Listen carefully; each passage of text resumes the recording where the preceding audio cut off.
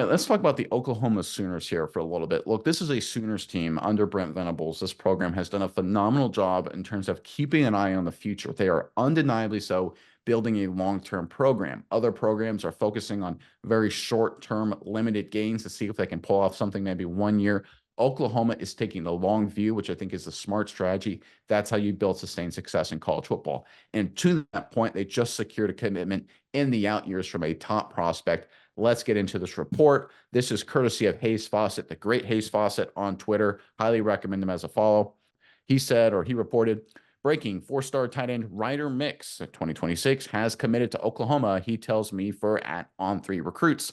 The 6'4", 225-pound tight end from Frisco, Texas, chose the Sooners over Texas A&M and Ohio State. So obviously competition there, a big win for Oklahoma.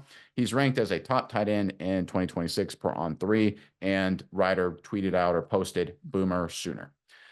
All right, look, this is obviously a big get for Oklahoma, all part of that long-term strategy. I'm curious what your thoughts are on this, Mice. But first, Oklahoma fans, in the comment section below, who is your favorite or the best tight end in Oklahoma history? There's one guy who jumps out at the top of that list to me. He plays for the Baltimore Ravens, but maybe you got a different viewpoint. Let us know in the comment section below who you think the best tight end in Oklahoma history is. But Miles, what are your thoughts on this big time commitment here as part of Oklahoma's long-term strategy? Yeah, Nick, I think this is a good commit for Oklahoma. I think, as you said, Oklahoma has some impressive tight ends out there in the world. They know what to do with them. But I think that this guy, coming from the state of Texas, we've talked about this a couple of times. I think this is big for Oklahoma. Making the move to the SEC, being able to get some top four-star recruits out of the state of Texas. I think this is really important here because when you go in and you look at the state of Texas, this guy's the number 36th player in the state of Texas, number 12th tight end in all of nationally, 12th tight end. But being 36 in Texas is really good because when you look at 24/7 Sports rankings, they do a top 247 players, mainly because of their name. But in that top 247, 70 of them are from the state of Texas. That is how many good players are in the state of Texas. So I think this is pretty incredible being in the top 36 in Texas because that means you're in the top 247 players for sure. So I think this is a big get for Oklahoma. But let's look at something else here. When you look over on On3 and you see the prediction meters of where this guy potentially was going to sign at, there's so many Texas teams on here. The first three teams that were in a row as far as possible predictors of where he's going to go, biggest by far was SMU at 38.1% prediction of that he would go there.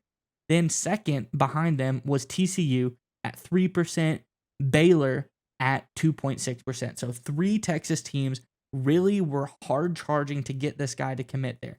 Now there's a mix between the last few teams. Everyone's kind of tied in that 2.2% range with Oklahoma.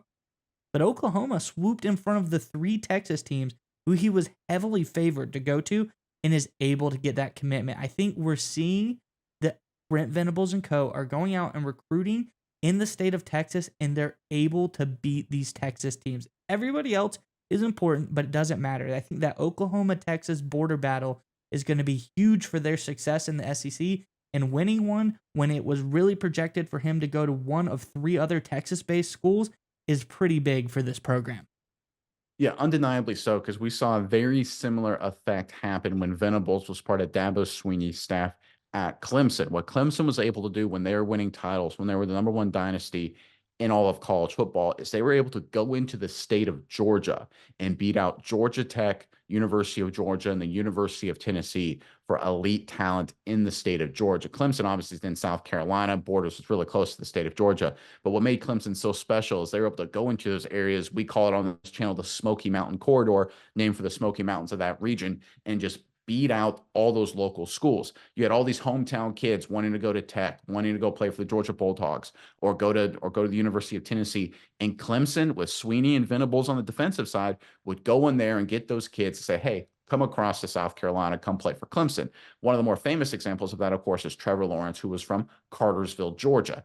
Now we're seeing a very similar dynamic play out in Oklahoma. You brought up the fact that SMU, TCU, obviously SMU, Dallas, TCU, Fort Worth, that's really close to Frisco, hometown teams, right? So instead of a guy in this case maybe wanting to play for his hometown team, very similar to the effect that Clemson was battling when they were winning the state of Georgia, we got here, Ryder Mix goes, hey, I don't want to play for the hometown team. I want to play for Dabo Swinney. I want to go across state lines and go to Oklahoma to go to Norman. That is an indicator, right? That means that whatever message that Venables and company in Oklahoma is selling is translatable to the point where they can now go into these areas in Texas, like you brought up, and get these kids that maybe would be inclined to play for the hometown team, to play for the University of Texas if it's close to Austin, or play for A&M or whoever, right?